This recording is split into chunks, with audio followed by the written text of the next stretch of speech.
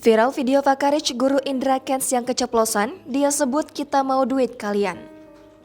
Baru sisi bisnisnya ada juga kali ya. sisi bisnisnya ya kita mau duit kalian.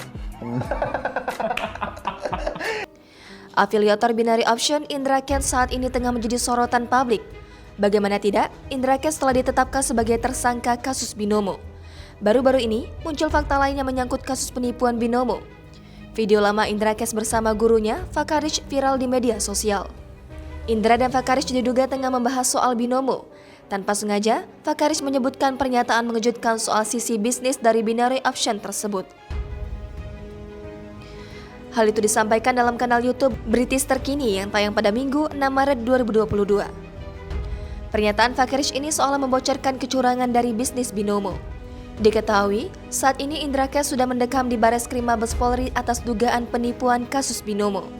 Namun, nama Fakarich tampaknya masih aman dalam incaran pihak kepolisian. Jangan lupa subscribe, share, komen, dan like ya!